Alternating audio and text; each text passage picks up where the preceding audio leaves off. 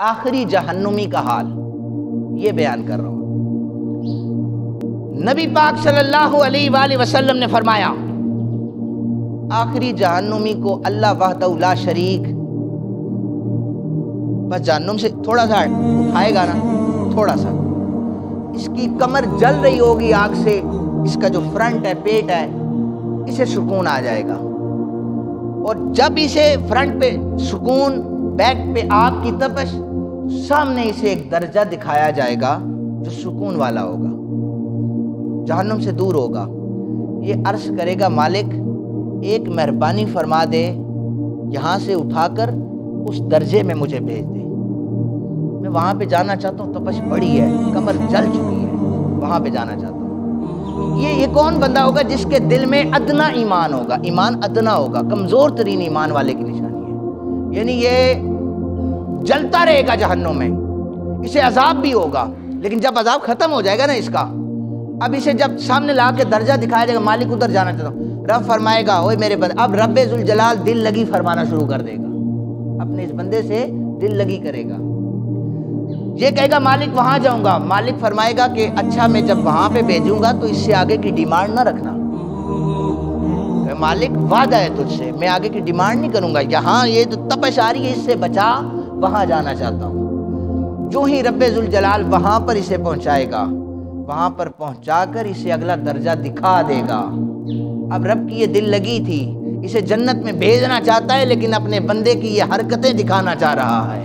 کہ میرا بندہ میرے رحمت کا کتنا طالب بنا ہوا ہے۔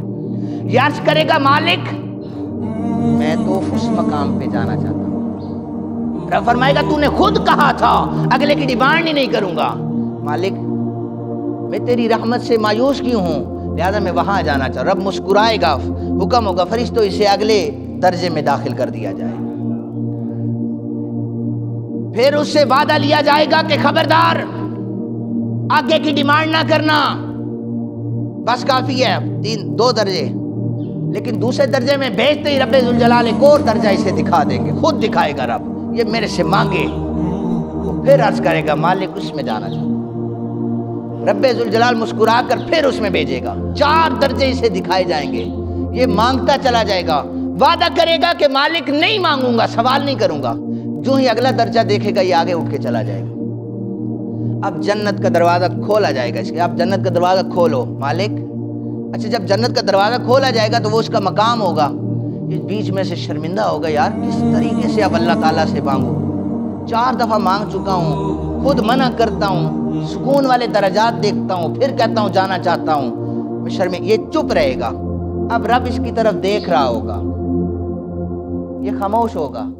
تو رب ذوالجلال فرمائے گا اوے میرے بندے سوال کیوں نہیں کر رہا، یہ عرض کرے گا مالک 4 دفعہ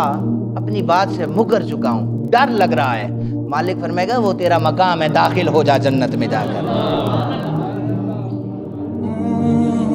جنت کا دروازہ کھلے گا، فرشتہ آ کر اس کو سلام پیش کرے گا، اسے کہے گا ہمارے سردار آپ کو سلام ہو، یہ کہے گا تم کون ہو، تم تو فرشتے ہو، وہ کہیں گے ہم فرشتے نہیں ہیں، تمہارے نوکر بن کے ہم آئے ہیں، ادنا سا ایمان تھا، تمہارے تو نوکر بن کے ہم آئے ہیں۔ فرشتہ کہے گا یہ ایک نوکر میں نہیں، 80,000 نوکر تمہارے استقبال کے لیے کھڑے ہیں، آگے ہو جاؤ، 80,000 نوکر اسے ملیں گے، فرشتے کہیں گے حضرت ہم آپ کا انتظار کر رہے تھے، ہمارے سردار ہم آپ کا انتظار کر رہے تھے، سردار صاحب کی کیفیت پھر خود ہی ہوگی کہ سڑ کے آیا ہوں، بڑی مشکل سے جان چھوٹی ہے، تم میرا استقبال کر رہے ہو، لیکن فرشتے کہیں گے تمہارے دل میں ایمان تو تھا، رائی کے دانے کے برابر ایمان تھا، رب ذوالجلال کی رحمت پھر جوش میں آ چکی تھی، کیونکہ جب ایمان والے گناہگار جب یہ جہنم میں جائیں گے تو آقا کریم صلی اللہ علیہ وسلم نے فرمایا کہ ان سے جو کافر یہودی ہوں گے کہیں گے اب تمہیں آرام ہے، بڑا کلمہ پڑھا کرتے تھے، ہمارے ساتھ جل رہے ہو، یہ عمل نہیں بے عمل ہوں گے، ہمارے ساتھ جل رہے ہو، بس یہ جملہ رب سنے گا یہودیوں کا، بخاری شریف کی حدیث پاک ہے، رب فرمائے گا فرشتوں نکالو انہیں نکالو، یہودیوں کے سامنے انہیں جنت الفردوس میں مقام عطا کر دیا جائے۔ اب اس کے سامنے ایک سرخ رنگ کی قالین بچھائی جائے گی، وہ نوکر فرشتہ جو نوکری کر رہا ہوگا اسے حکم ہوگا فرشتے اس کے سامنے قالین بچھائی جائے، 40 سال تک یہ بندہ ادنا ایمان والا اس سرخ رنگ کی قالین پر چلتا رہے گا، وہ ختم نہیں ہوگی۔ پھر جب اس کا مقام آخری آئے گا کہ اب یہ مقام، فرشتے رکیں گے، رک کر کہیں گے کہ اے اللہ کے بندے، اب یہ تیرا مقام ہے، تیرے سے پردے اٹھنے لگے ہیں۔ پردے اٹھیں گے، ایک تخت پر ایک حور اسے دکھائی جائے گی۔ وہ حور اتنی خوبصورت ہوگی کہ یہ بندہ اسے دیکھے گا، اتنا دیکھے گا کہ 40 سال کا عرصہ گزار دے گا، یہ حور کو دیکھتا چلا جائے گا، 40 سال تک حور کو دیکھتا جائے گا۔ رب ذوالجلال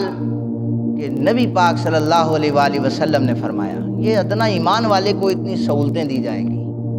تو الحمدللہ جنہیں اللہ تعالیٰ نے ایمان کی دولت سے نوازا ہے، میں نے پہلے آیات بیان کی ہیں کہ جنہیں اللہ نے نعمتیں عطا کی ہیں وہ شکر ادا کریں، جنہیں اللہ نے اگر تھوڑی تنگ دستی وقتی تنگی دے دی ہے وہ صابر بن جائیں، صبر کریں۔ ان اللہ مع الصابرین، پھر اللہ صبر کرنے والوں کے ساتھ ہوتا ہے۔ پھر قرآن کہتا ہے کہ ہم تو مشکلات کے بعد آسانیاں پیدا کرتے ہیں، تم اللہ کے آگے گلے کرتے ہو، اور اپنی 4-5 نمازیں پڑھ کے ان پہ اترایا بھی نہ کرو کہ ہم نے کوئی بہت بڑے تیر مارے ہوئے ہیں۔ تمہاری نمازیں تمہیں خود پتہ ہیں، میری نمازیں مجھے بھی پتہ ہے میں کتنے پانی میں ہوں، آپ کی نمازیں آپ کو پتہ ہیں۔ لیکن اگر کوئی سجدہ تمہیں مل جائے اس کے بعد پھر اللہ کا شکر ادا کرو، مالک ایک سجدہ تو نے مجھے عطا کیا ہے، میں تیرا شکر ادا کرتا ہوں، تو اپنی بارگاہ میں مجھے قبول کر رہا ہے۔ اللہ تعالیٰ سے دعا ہے اللہ ہمیں اپنے شاکر بندوں میں سے بنائے، اللہ ہمیں اپنے صابر بندوں میں سے بنائے۔ وما